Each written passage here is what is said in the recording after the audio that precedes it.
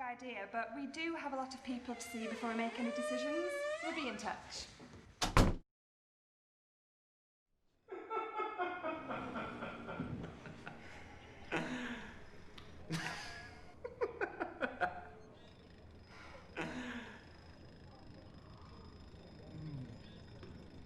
You know, if crap ideas were pound coins, we'd have enough money to make the best film ever. But we still wouldn't have the good idea to make, would we? Whose idea was it to run an open call for talent anyway? Yours? Look, it's 11 AM. I've seen nothing to impress me. What, you didn't like the comedy, horror, gangster, siege film set in a video shop? No, I don't think VHS Avengers is what we're looking Well, I think it had hit written all over it. for. In that case, hit would be a four-letter word. Where are we up to? Well, no one's really keeping to their appointments, but we're supposed to be seeing a Keith next. Keith? That's all they put on the online form. How did you get the Wi-Fi in here? Half a day, half a day, half a day gone. Which means we still have half a day. All we need is one good idea that we can buy for cheap. I'll be able to attach a name to the project, then we'll be able to get the money to turn the company around, right? Well, that's the plan. A plan for a tan.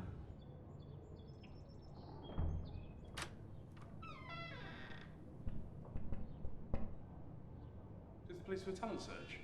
Search is right. Keith, are you the 11:15? No, I'm Daniel Hutchings. I was just passing and I saw your sign outside. Well, we're looking to develop prepared projects, so if you've only just come up with the idea, maybe you should come back when you've developed it. No, I mean, I've been going around all the movie companies. You know, Paramount, Universal, you name it, I've been there. And I was passing here on my way. You had appointments? No, I just walk in and try and tell them my idea for my movie. I see. Well, I like your style. Would you like to come in and tell us about your movie?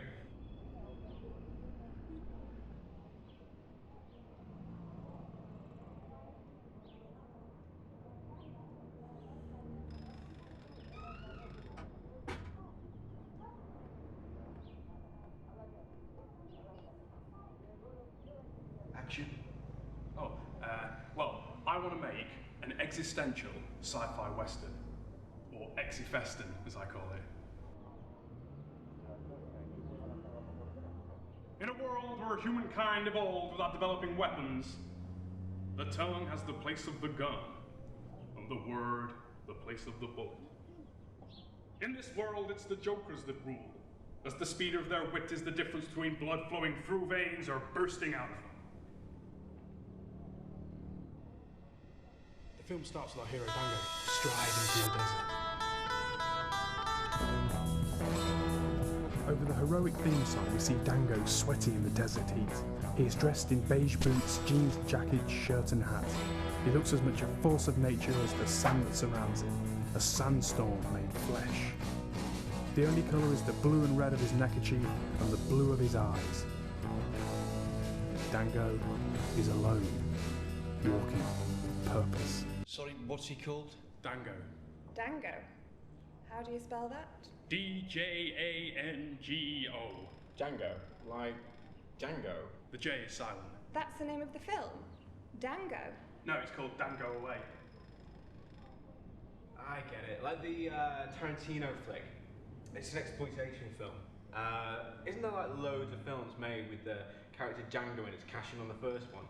They're really big in Germany. Well, yeah, I believe so, but my character's called Django. You know, the J is silent. You know, Django away. Like, Django away! Enough said. That's a good catchphrase. What were you saying? Oh yes, where was I? Yeah, Django is alone in the desert, walking with purpose. As the heroic theme song rattles out of the speakers, we see the blazing sun and Django striding through the desert beneath. The sun burns unyieldingly in the sky, depleting Django's energy as the day goes on. Every hour seeming longer than the one before. Every minute seeming longer than the hour before. Every second seeming longer than the minute before. Until eventually, Dango collapses under the bright sky.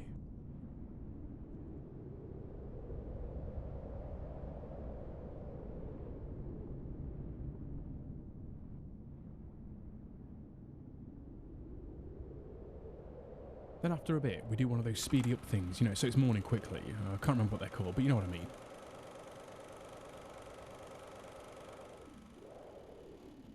Then, as the sun rises, Dango wakes up, stretches and hops to his feet to begin his daily heroic journey. As he is alone, his purpose can sometimes almost seem like a reality already.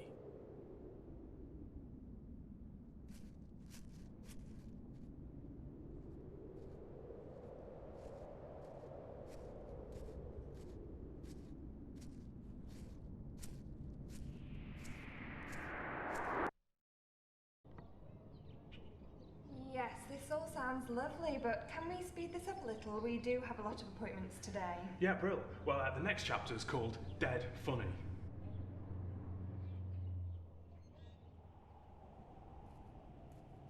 Dango arrives at the edge of the desert, but barely notices as he is lost in thought and just continues on his journey. Some of the audience might hear a slight dragging sound, but Dango doesn't. Suddenly his train of thought is broken by a groan of pain. This sound gets Dango's attention. Dango is not unacquainted with the injured, but his experiences have not eroded his compassion. As Dango lifts the man into his arms, the man splutters and catches his breath. Thank the Lord you're here, stranger. They dumped me. Those heartless jokers. It was Joe King and his men. Joe King by name, Joe King by picture.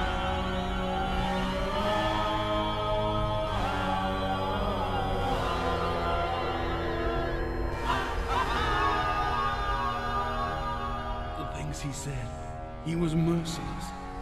He just wouldn't stop. On and on. And on, and on, and on, and on, and on, and on, and on. No matter how much pain it caused, no matter how much it hurt. I didn't marry my horse. My wife's face was long, but not that much longer than most, and not as long as she felt it seemed to others. Joe used that against her. And her birthmark. And her long mane. And she died because of it. She died at the words of Joe.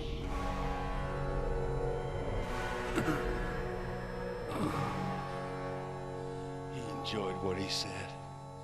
He loved saying it. It was sport to him. He didn't even flinch at our pain. But it was my life. Our life. And now it's gone. What did he want? What does anyone want? Stranger, I need water. The old cob farm across the way. It's got a water pump. Please, stranger. Please.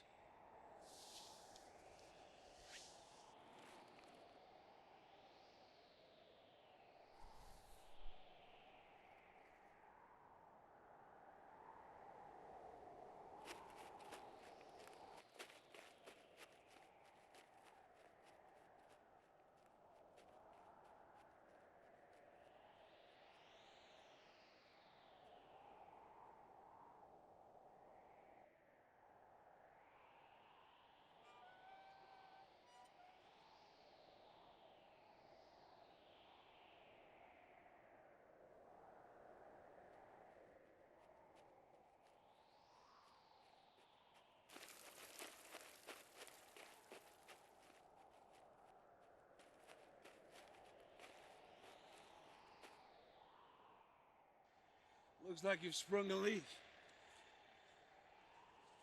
Here, take my hand.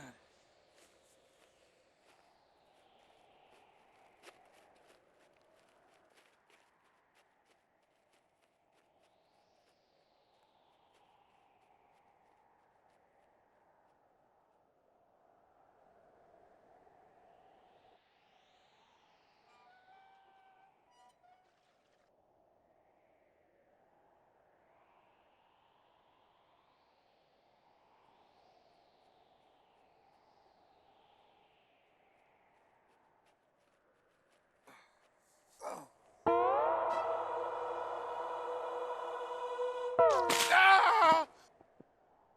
Ah!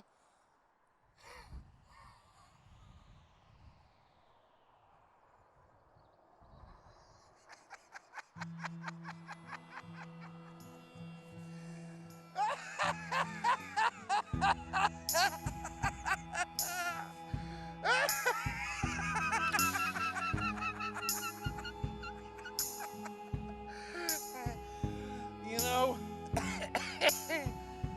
oh, I feel better already. I never knew laughter could make you feel this good.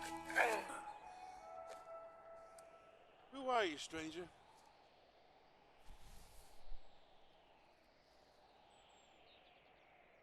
Django.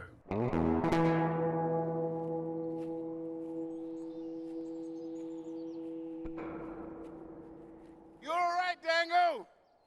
You're all right. Django! You're alright!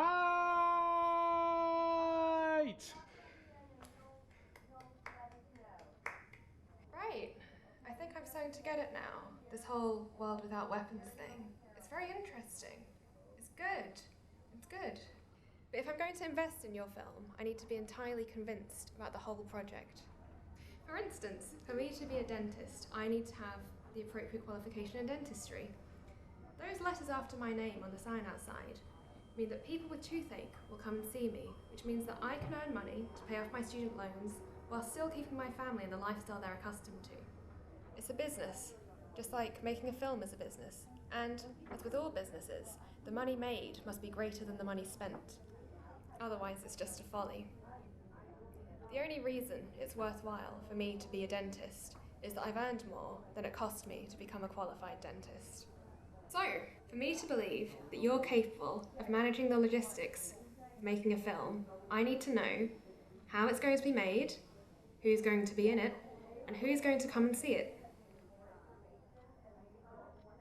First things first, what's the rest of the film going to be like? Who is this Django, and how does the whole Joker thing work? Well, you find out about that in the next chapter, The Man with No Sense of Humour. As Django continues his travels, he doesn't notice the sun rising overhead as he is lost in memories.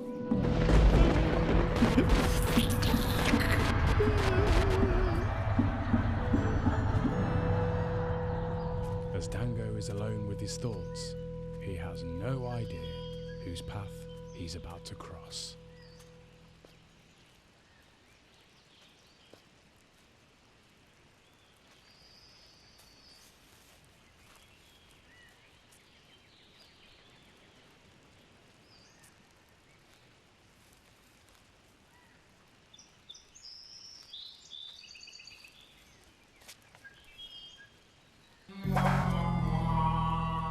And whatever's in your pocket, or I'll joke you dead where you stand.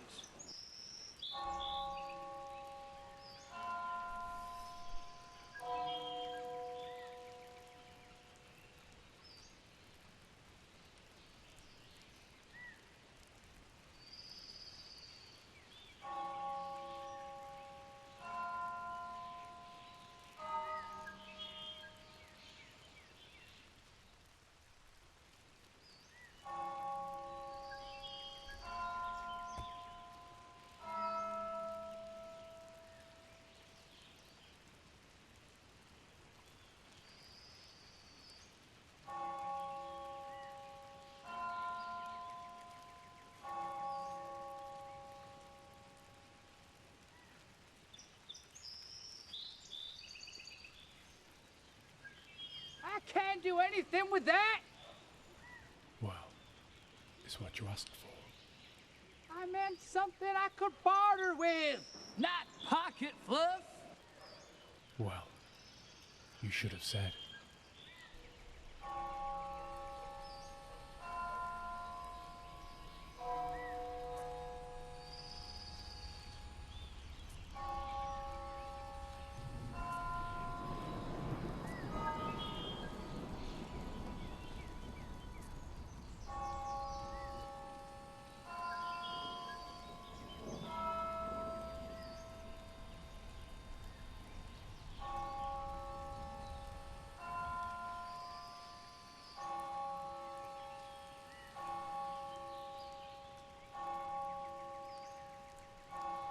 I think it'd be quicker to search your corpse.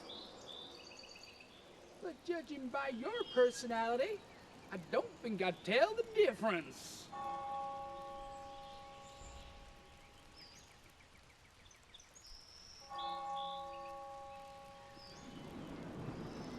Well, dressed like that, I don't know if I'm looking at a man or horse mess rolled in sand.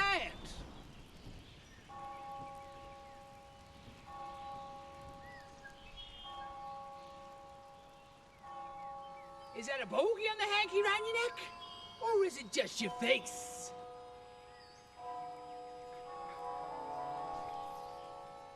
Watch your handle. The beige Burke. What's wrong? Got your tongue? Was your mother a monkey? Maybe your dad was a dog, like a rough dog. Or does innocence run in the family? Is that your face? Did you get dressed upside down and learn a wart on your hands?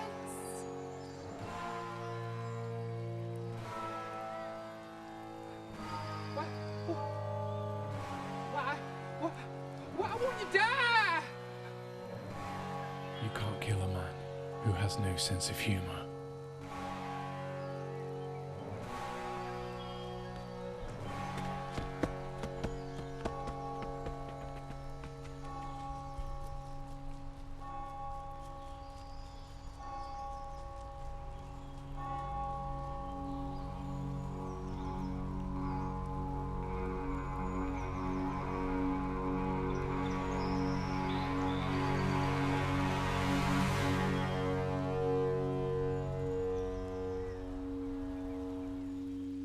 Have you heard the one about the man who never laughs?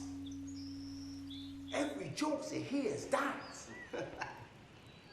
Now, the story goes he roams the land, away from the past, towards the future, without a home and no particular destination, with a steely determination to put wrongs right.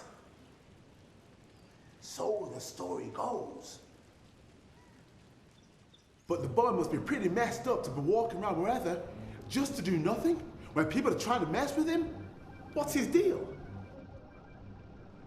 Do forgive me, I do love improv with American dialect. Now, in Django's flashbacks, we see a deep-seated trauma compelling him to stand up against the Jokers. Yeah, yes, I suppose it is. Yeah, the trauma destroyed his sense of humor. But also gave him the ability to survive jokes. Yeah. His weakness is also his strength. Yeah.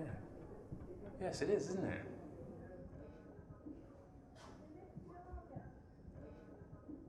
I can't help but wonder what inspired this idea of trauma, of laughter as physical pain. Do you have some childhood issue you, on some level, are seeking to resolve? Cut to flashback. You are the star in the story of your life. Time is the director. I, the audience. Cut! No need. No need. No need to know the detail of the event. You've told me everything that's happened to you. But I digress. You were going to tell me more of the details of Django's trauma. Well, yeah, you find out a little more about that in the next chapter, Days of Work. There are two types of people. Those who live to work, and those that work to live. You work to live. The last drifter dug that deep in half a day. Let's see how good you can do. Watch and learn. Learn what?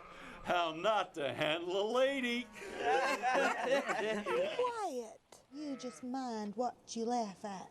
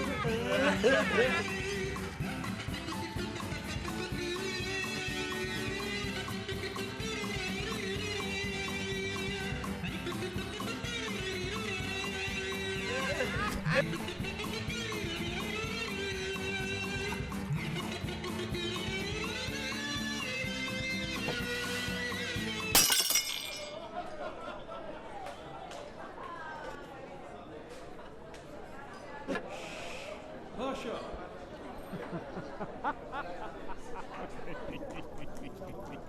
Get. Man. What's he going on there? Go on.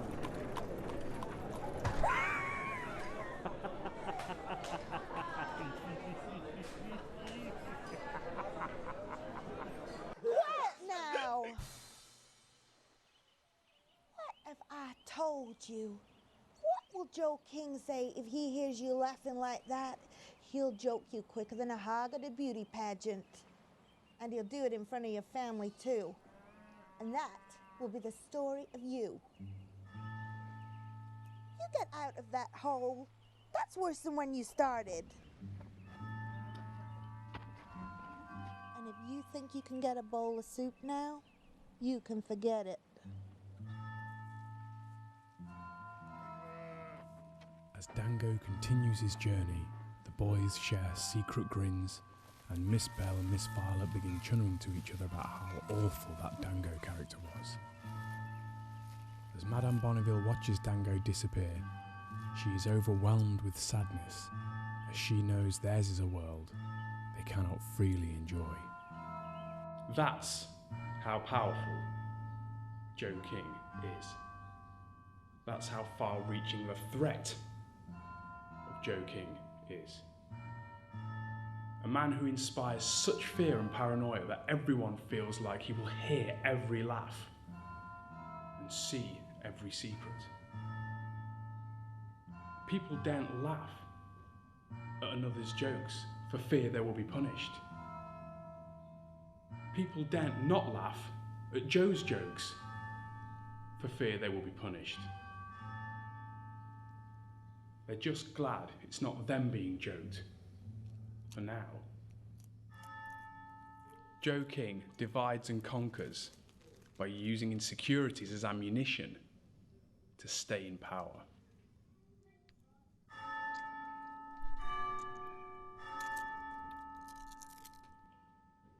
Shall I start properly, or? Yeah, you might as well. We usually have more than this. Okay, well, I'll just carry on. They seem to like it. Meanwhile, Django is in love. But we haven't met her yet. She's the kind of girl you can only dream about. She's got shiny black hair and beautiful soft skin. And she's got a gap in the front of her teeth. And when she smiles, she looks both kind and mischievous. She's got big, beautiful brown eyes. And when you look into them, you feel like you're home. And the funny thing is, when Django and Sylvia first meet, they feel like they're already close.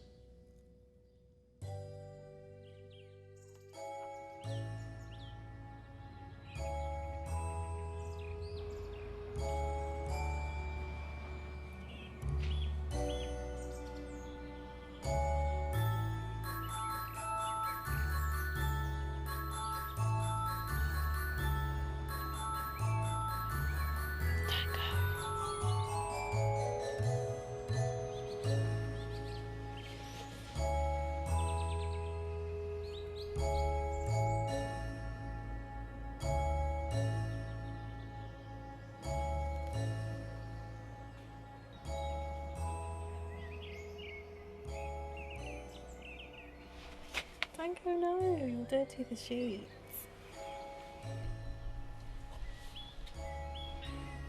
I knew that if I reached for the sheets, that you would say that.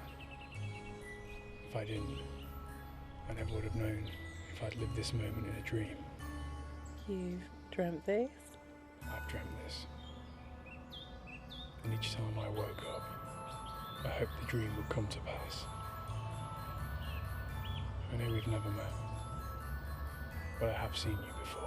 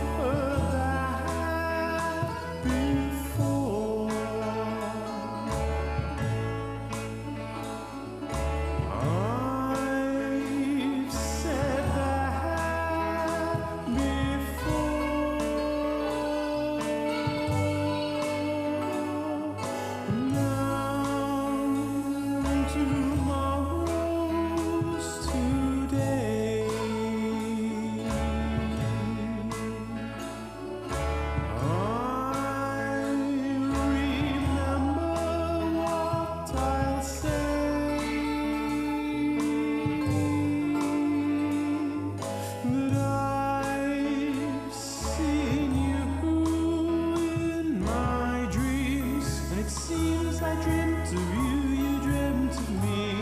And what I see, I saw. I've seen you before.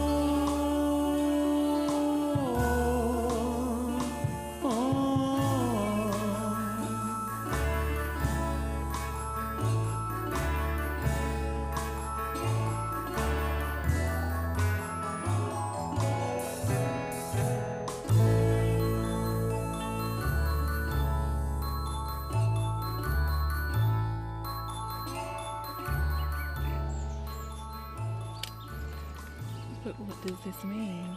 That fate exists? That there is a God? Or that time is only linear in our perception and every event of our lives has already been lived? Or does it mean that all these dreams are only possible future events and that it's free will that determines whether these events actually take place? All I know is that my dream has become a reality and my reality feels like a dream. I knew you were going to say that.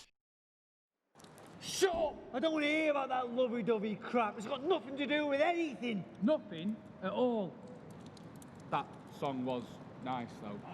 Why am I even listening to this drivel? Maybe it's because he's only got fluff in his pocket. What's he doing in my alley anyway? He can't pay the fine for trespassing on our territory. Yeah, but we agreed I'd tell you some more of a story again, you know, as payment. You know the one about Django and the world without weapons? Yeah, jokes kill people, right? Yeah, that's right. So let's get back to the story then. Yeah. Right, where was I? Django and Sylvia. No, skip it! The chocolate and flower stuff isn't part of the story. How do you know? You don't even know the full story yet. What do you mean, chocolates and flowers, anyway? Chocolate and flowers. Log fires and hand-holding. Log fires and hand-holding? Summer days and picnics. Summer days and picnics? Double beds and photo frames. Double beds and photo frames? Nail polish and pyjamas. Throw pillows and dimmer switches. Toilet roll and bubble bath. Fridge magnets and love notes. Birthdays and barbecues. Winter coats and coal dust. Swimming baths and corrugated roofing. Sunglasses and sandwiches. Chewing gum and places to be. Match day in the ploughmans. Pint half, please, barman. Early nights and lie-ins. Hugs alone. Kisses goodbye. So, no cardboard duvet, no polystyrene plates, no garbage gourmet, no black teeth, yellow fingernails, takeaway charmers, no living in an alleyway you call home. Yeah, not that stuff. The lovey-dovey, squidgy crap hole. There's nothing to do with the Wild West. Well, it's not actually set in the Wild West. It's set in an alternative reality. Anyway, what's the problem with a bit of romance in a film? Give you something we're fighting for. Hey, you never felt that way about anyone, Pete, the way Django feels about Sylvia? No, it's not part of the story. The story's a good guy against a bad guy. Women have nothing to do with it. Dango's a good guy, Joe King's the bad guy. But your story's just Django walking around like a brat, tripping up all the time. I want to hear about the bad guy. I want to hear about the bad guy. Well, it's funny we should say that, as that's what the next chapter's about.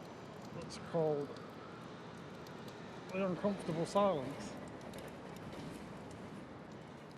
Oh, thanks. Right, well, first we see Punchline Pete, and he's in the rain. He's looking really, really scared. And then we find out why he's scared when we hear the voice of Joe King, who says, "You can imagine how I felt when I heard you'd been laughing at the idiotic exploits of a simple stranger. Pete, my right-hand joker, laughing over spilt drinks? Surely not. But alas, it was true, wasn't it, Pete? Now, Pete, I feel conflicted. My nurturing nature tells me you just had a lapse in concentration when you laughed at this Django character. but the Joker in me feels that a loyal person wouldn't laugh no matter how much they felt the need. Loyalty, Pete. Loyalty. A small word, but it has such ramifications. Like, what if I was to betray my loyalty to you, Pete, and began telling everyone all the secrets I know about you? You'd be set free of the burden of secrecy, and as you lie in the dirt, joked and breathing your last, the last thought you'll have will be that all your secrets will be all anyone will talk about when your name is mentioned. Pete, shall I tell? As we strain to hear what Joe is saying to Punchline Pete, we see Snide and Spud reveling in Punchline Pete's pain.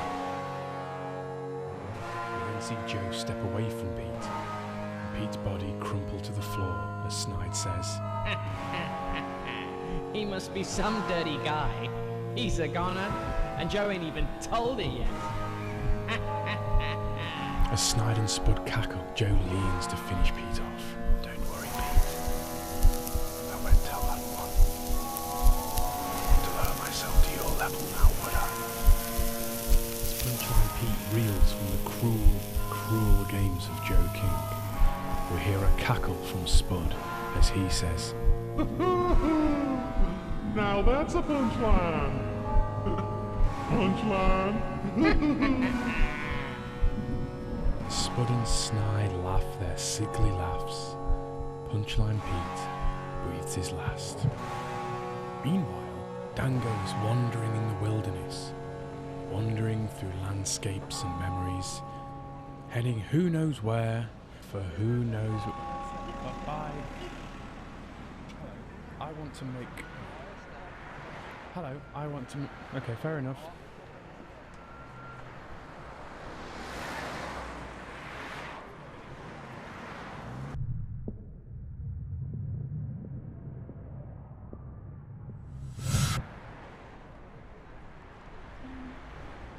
Hello, would you like to make Dan go away?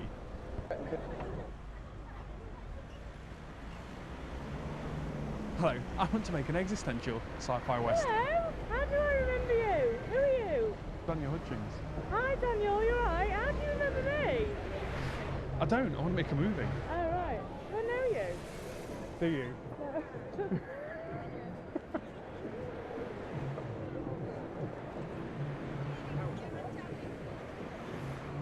Dan go away! Yeah? Dan go away! It's in the coat, you don't hot. Right, I live in it.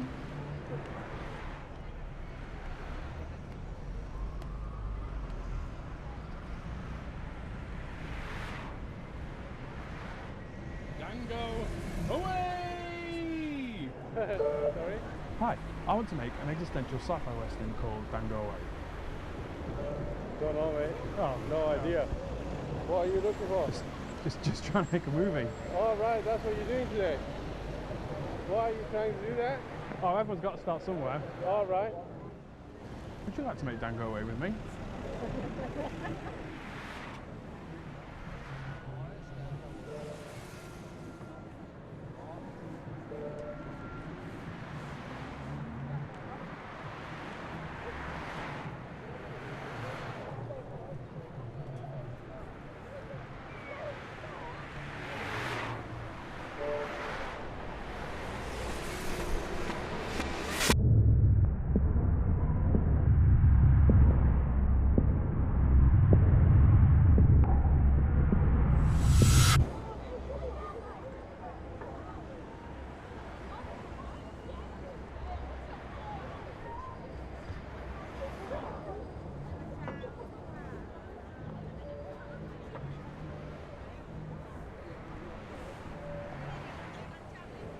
Knock knock.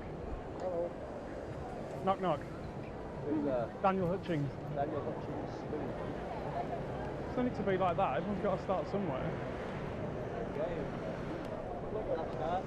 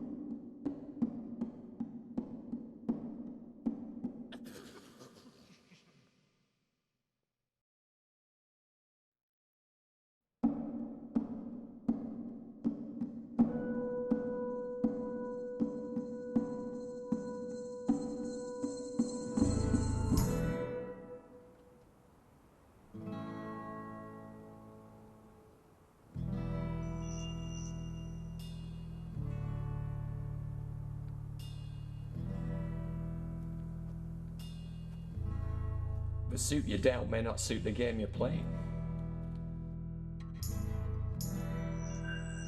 Your heart may long for a queen, but you might find yourself on the short end of a club.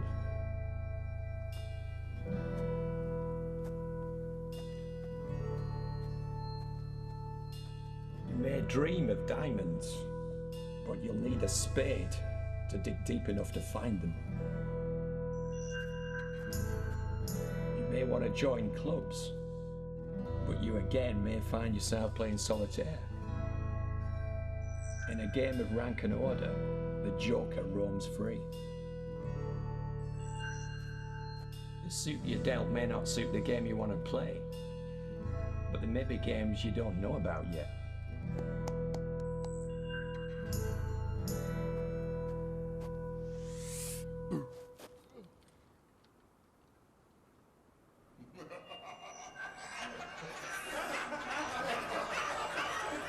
And remember, there's always two of us.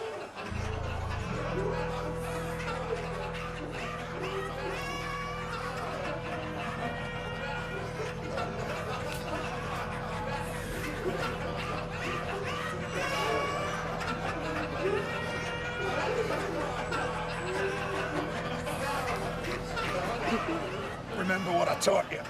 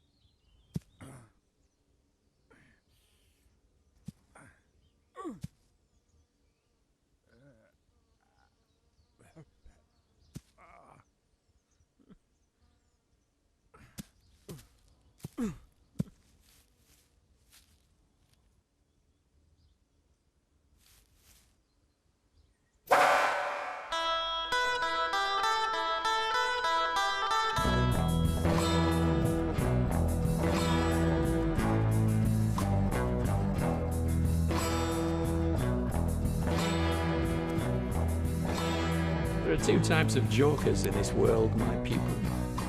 The ones that say the joke, and the ones that are the joke.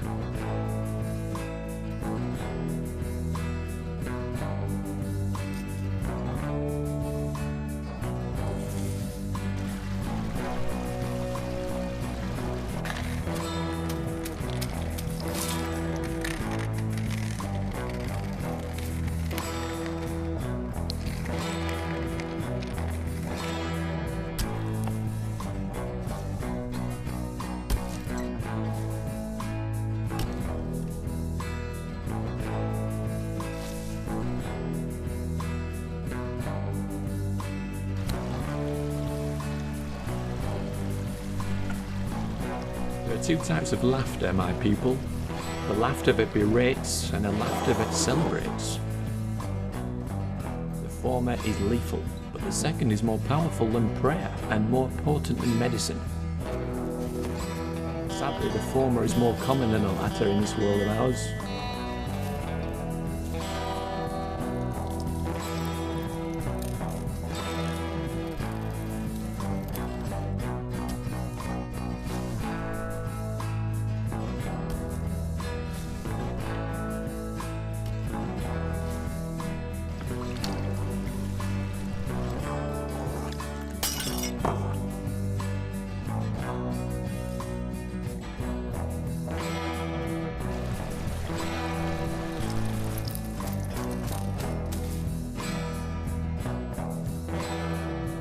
My best to readdress that imbalance, but one day I'll be gone and it will be up to you to continue my work.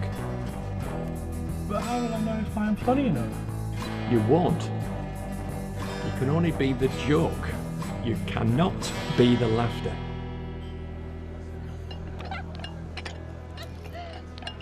So he was doing all of those jobs badly on purpose to make people laugh? He was doing all that stuff on purpose all along? Well, when you say all.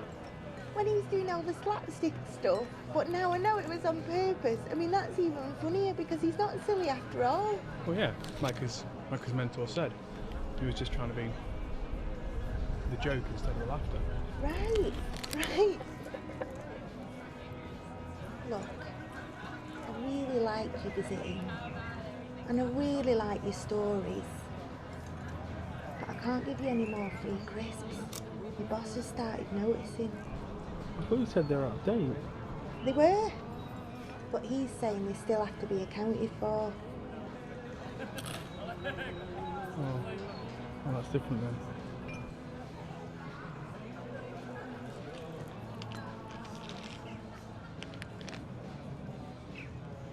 Look, Daniel, what are you doing? Not thinking about crisps. You know what I mean. How many places are you going to scrounge free food? What are you doing with your life? I worry about you. Come on, tell me. I don't know.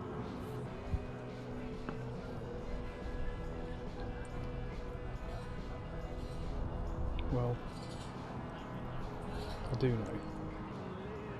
I want to be an entertainer and play the Royal Albert Hall and have a prime-time Saturday night magazine show where all my showbiz friends come on and we sing songs and tell humorous anecdotes. And we get members of the audience up and get them to play games. You know, the kind of games where the rest of the audience helps them by making suggestions. Yeah. Well, you certainly entertain me. Just want to inspire joy in people and bring them together in celebration of life and make the world a happier place. One laugh at a time.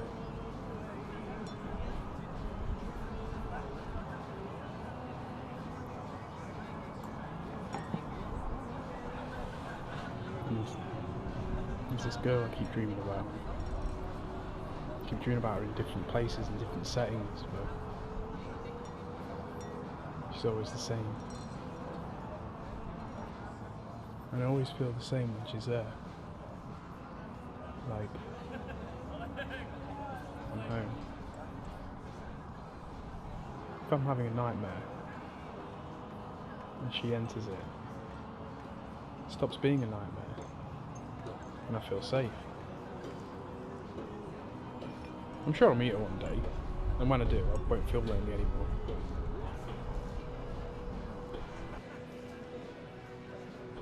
That's why I want to make my Exifestern, so she knows I exist. So, what happens next? All you find out in the final chapter, the big put down.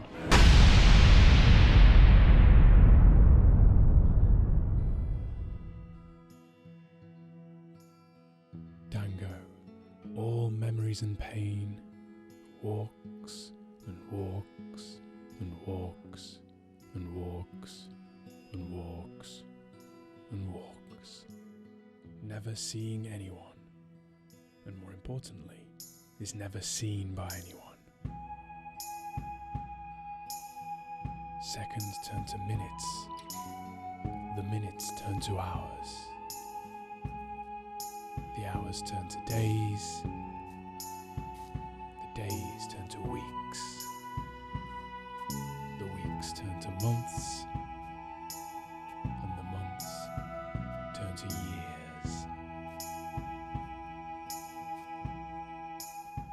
After who knows how long, he comes across the ruins of a once great civilization, its former splendour a secret kept by time, and its only citizen left alive, a citizen waiting for our hero to cross his path.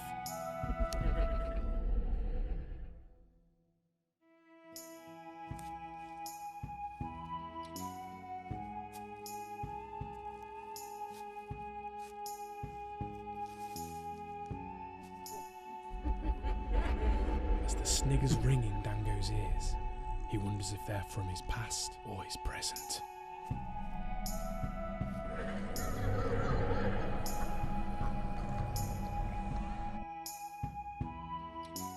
A hunter that can wait until the end of time never need move to catch its prey.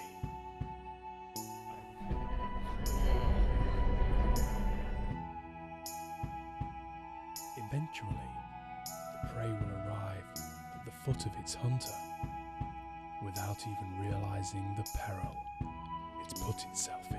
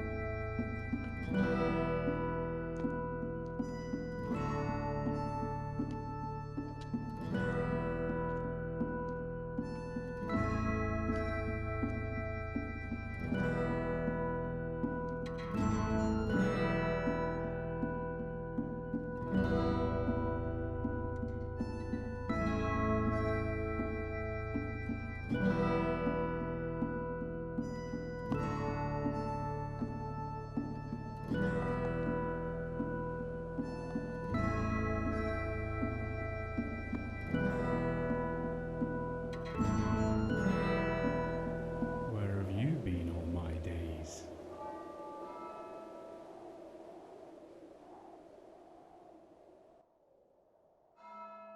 What? You were expecting someone else?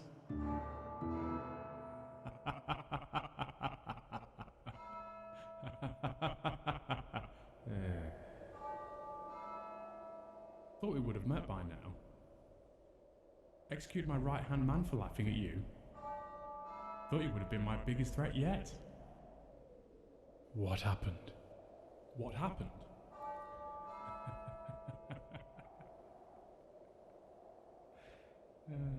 As I became stronger, those around me became weaker. The stronger I became, the more I despised those around me for the simple mistakes they made. No one could carry out a simple order anymore. They were just jokes, waiting to happen. As the bodies piled up, my empire fell. All fell under the words of Joe King. Earthly compass included. But what do such things mean to a man like me? Absolutely nothing. Which is what you're about to become. I've waited long enough.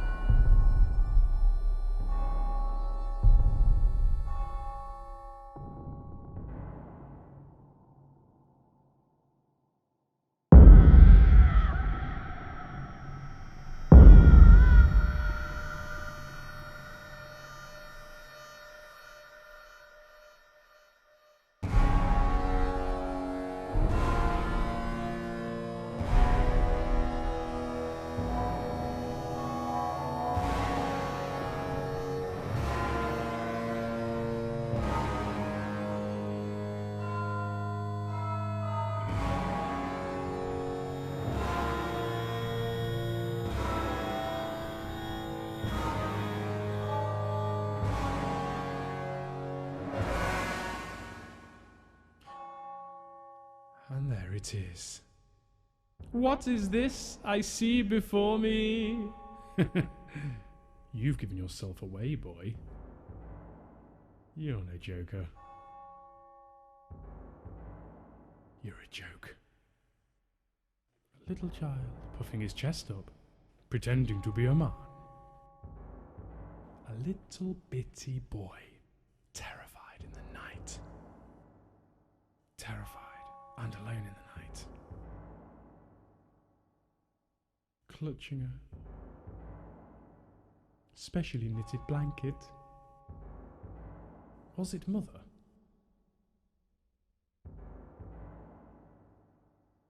No. It was Grandma. Knitted it special so that a little angel would always feel close to her. She didn't feel close, did she? In those moments between your nightmares and the night, as fear tightened your throat and made your voice squeak. Yes, light. Simple light was all you would pray for in those moments of terror, wasn't it? But this nightmare is not as simple to dispel. No amount of light can eradicate the shadow that I cast over you. Just further illuminate the horror. The horror of the little boy standing in front of me. The little boy who awoke one morning to find his body to be that of a man. So, is this not your nightmare? Little boy? No. Your eyes look towards me, but your voice speaks only in speculations. Before I met you, I knew nothing of a boy in a man's body, nor of an eternally waking nightmare.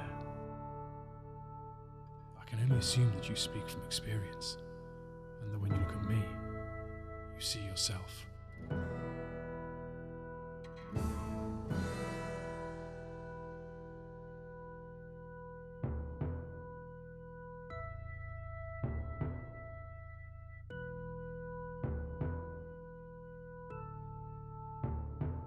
Fancy talk. You've got quite the silver tongue. Shame you're as stupid as a simpleton servant. I know you are, but what am I? You're the son of your daddy's sister. I know you are, but what am I? You're the dirt that fell from the skirt of old Miss McGirt. I know you are, but what am I? fuzz that float like boats for the fleas and ticks that jump around the dump. I know you are. But what am I? You're the love of 1,000 donkeys. I know you are. But what am I? You're the entrails of a terminally flatulent fox. I know you are. But what am I? You're a keyhole peeper with bad knees and a suspicious seepage. I know you are. But what am I? You're a spittoon in a cartoon about a spitting baboon. I know you are. But what am I? You're a choir boy singing toy. I know you are. But what am I? You're a moron's dirty one. I know you are. But what am I? You're pig sweat on a hogshead. I know you are. But what am I? You're manure for sure. I know you are. But what am I? You're your sister's father. I know you are. But what am I? You're as stupid as you are ugly. I know you are. But what am I? You're one and funny joker. Takes one to know one. Why won't you die? You can't kill a man who's praying for you.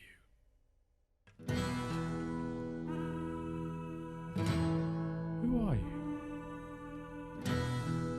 I am the limp that is sniggered at as it passes by.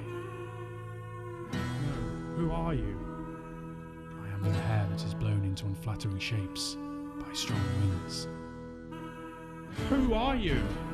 I am the large facial mole, always covered in makeup. Who are you? I am the corset that is that little bit too tight. Who are you? I'm the accident that everyone at some time has had. Who are you?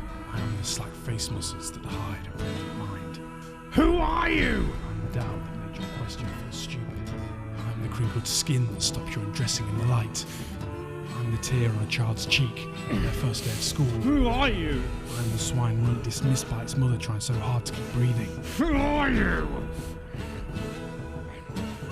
I'm the punchline to every joke you've ever told.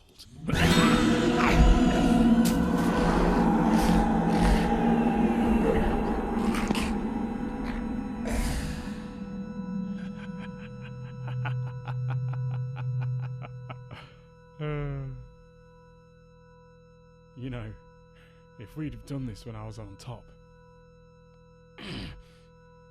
there's no way you would have stood a chance. Come on. Tell me who you are. What's it matter now? Knock, knock.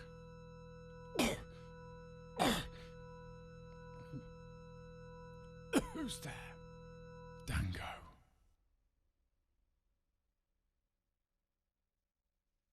Django will.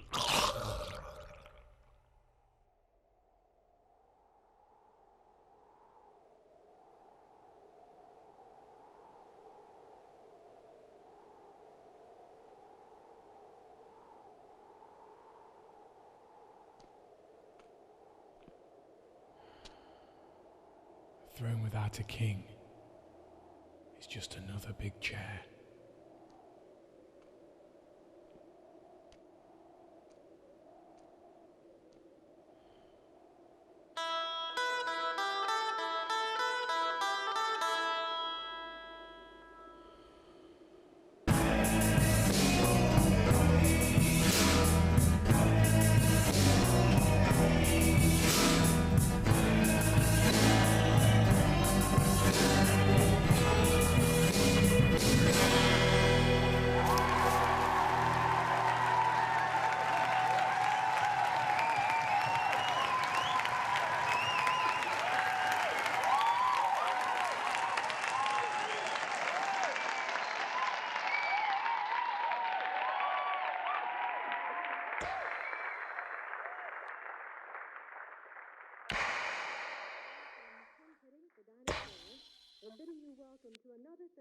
I think it first started when I was at school. It was the first time I can remember. I was in the playground and one of the other boys came up to me and he tapped me on the shoulder and he said, why do girls wear makeup and perfume? Yeah, and I went, and he said, because they're ugly and they smell, and ran off really quickly. But that buzz, I felt from that first joke was unbelievable. So anyway, I went home that night and I went into the kitchen and my mum was cooking tea as usual. So I went up to her and tugged on her apron and I said, "I know why you wear makeup and perfume, Mum." You know, and she looked down at me and went, "Oh, kids say the funniest things," kind of thing. And I went, "It's because you're ugly and you smell." So as you can imagine, I didn't get any tea that night. I was straight up to bed. But that's the first time I remember feeling that buzz. And after that, I tried to learn more jokes. So I got a few joke books and memorised them. But it wasn't the same as the first joke that I heard. So eventually, I tried to make up my own punchlines for the jokes. So I remember one time where I was in the playground and there was a group of girls in the corner of the playground, and I went up to them and I said, "Knock knock," you know, and they all turned around at me and went like, "What? Really? Knock knock? That's like a baby's joke." So anyway, one of the girls humoured me and went, "Who's there?" And I went, "Pooh face," and ran off. Well, it was early material, you know, I hadn't quite found my voice yet. But as I got older, you know, just even telling jokes seemed to lose any kind of thrill.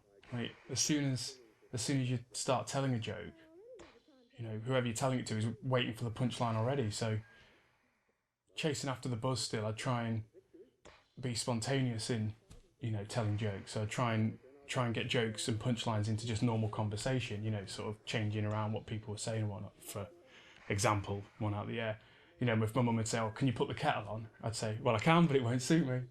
Yeah, that kind of thing. But it was still never as strong as those first ones.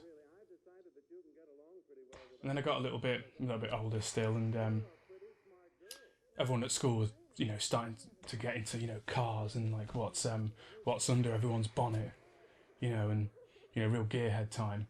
And I knew most people just say hello to and whatnot, but they'd ask me questions like, "What kind of wheels you got, alloys?" And I'd say, "No, spokes." And, you know, "Call me Daniel, you've known me long enough." You know, and I didn't know what they were talking about, but I wanted to talk to people, and, you know, so I'd just try and have fun with people, which was fine, you know, at the time. But it was around this point that things got out of control. I used to go to this youth club on a Friday night, you know, so 7 till 9, you know, really staying out late. And one night, all the kids that were there, all my friends, they were all sort of having a bit of a gossip about this kid from school. He didn't go to the youth club, by the way. And, you know, in hindsight, it was just sort of gentle, sort of like silliness. But I remember just feeling incredibly tense as they were saying all these, you know, sort of having a laugh at their expense. And all of a sudden, I just seemed to blurt out this description of them having a bath, and everyone just started roaring with laughter. And I thought, right, well, if I say something even worse, then they'll laugh harder. And I did. And they did. But I instantly felt really guilty for being so cruel. But I thought the laughter would stop me feeling like that. So doing the instant equation, I said something even worse about them. And they laughed harder. And I felt better for a second, but that warmth of the laughter instantly turned cold. Acid. So I thought, right, well, I'll say the worst possible thing I can think of about them. And I did. And no one laughed. They were all disgusted. And it threw me out of the youth club. which to be honest I was thankful for, because if I'd stayed there in that silence, I really believe I would have died of shame. But that was rock bottom. I drifted through the rest of my schooling in a daze. Then all of a sudden, it was time to leave school. I realised I hadn't thought about what I was going to do. And more tellingly, I didn't know what anyone else was going to do either. I'd gone through the whole of my schooling without having a proper conversation with anyone. But I mean, I can't blame jokes. You know, plenty of people use jokes and they get along fine with their friends and family. No, I think I get a nervous energy around people, and instead of sort of taming that and facing my fears, I just sort of use jokes as a crutch to sort of get on with people, and instead of getting to know them.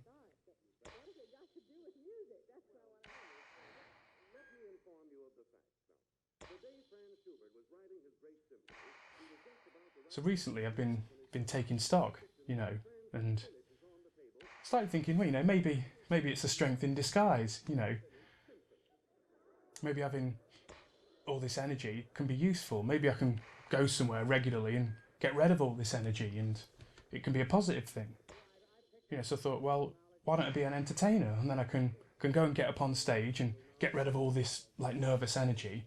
And then when I come off stage and I have my personal life, I can have, you know, it can be serious. I can have friends.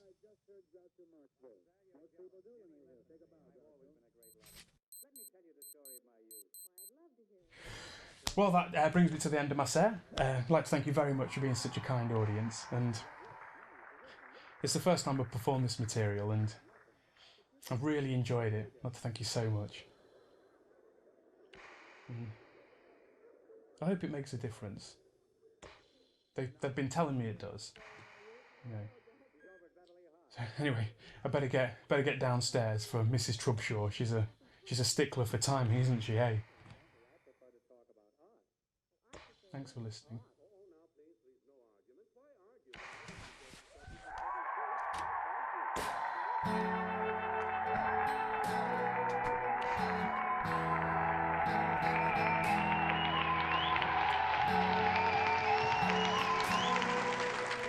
They say that all the world's a stage.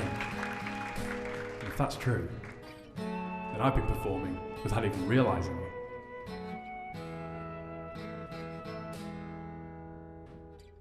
My most earnest moments inspired the most joyous of laughter. My most open moments inspired the most intimate of laughter. But it was my most sincere moments that inspired the most painful of laughter. As I didn't realise what I was doing was a joke. Or did I?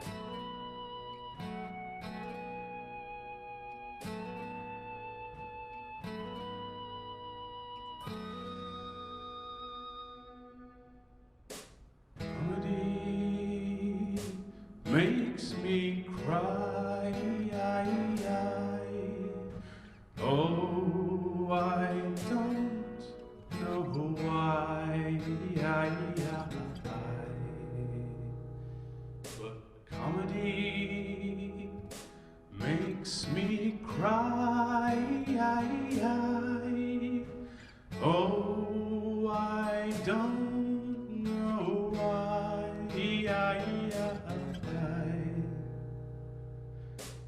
I don't mind being your punchline as long as I hear laughs sublime.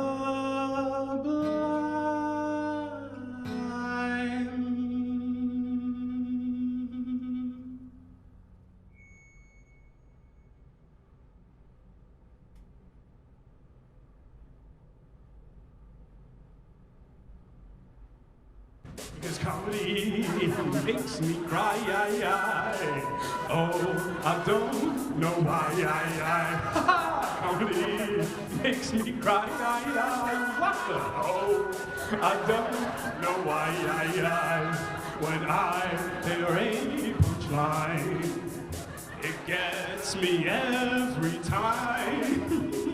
I just have to laugh. Comedy makes me cry. Oh,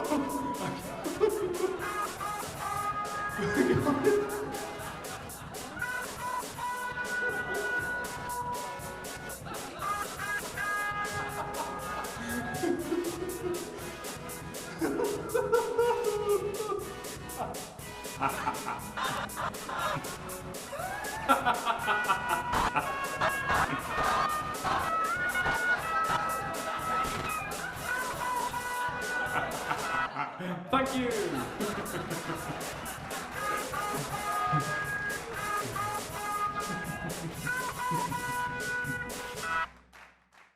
Yeah, Mum, I'm coming. If yes, Mum. Yeah, I'm coming to the car. Okay. Well, yeah, Mum, if you let me get off the phone, I'll come. Look, he's here now, so I'm gonna go. I'll be at the car in a minute. Yes, okay, bye.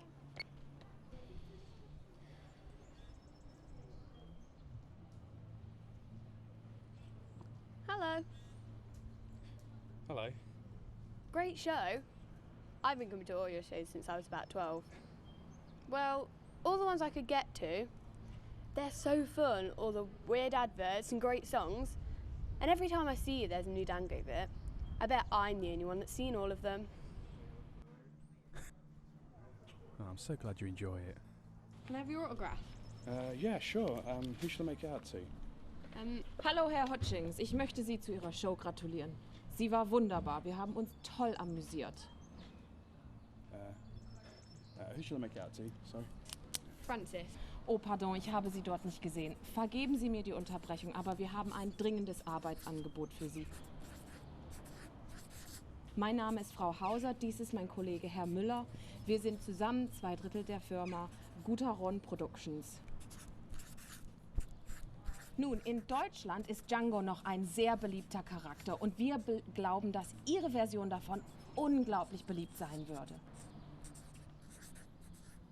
Wir haben ein Budget von 5.000 € und 3 Tage Shootingzeit, um Ihren Film zu drehen. Wir veröffentlichen die Produktion dann digital. Im Moment arbeitet schon ein Student an einer viralen Marketingkampagne. Also wenn Sie bitte diese Unterlagen unterschreiben könnten, dann würden wir heute Abend noch den letzten Flug nach Berlin-Brandenburg erwischen.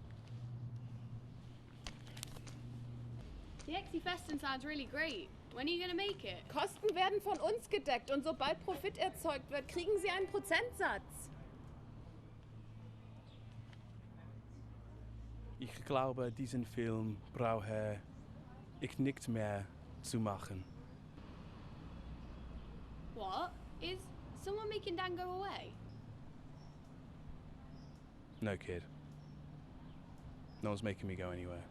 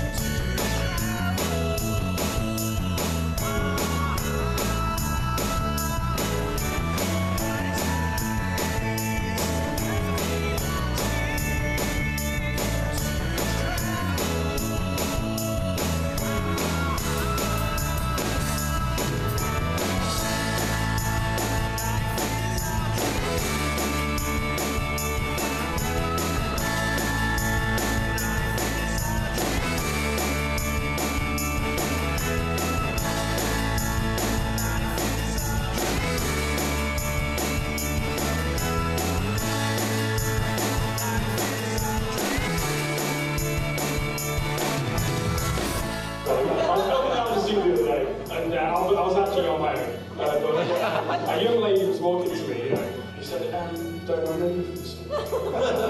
You know, and I was like, well, okay, that's an implausible story. Why did the chicken cross the road? I want to know why! First you need to know if the chicken understood it was a road it was crossing. Because if he didn't, how's he going to know it's on the other side?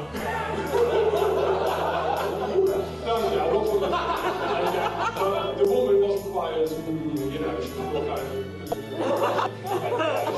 Okay, that's an implausible story.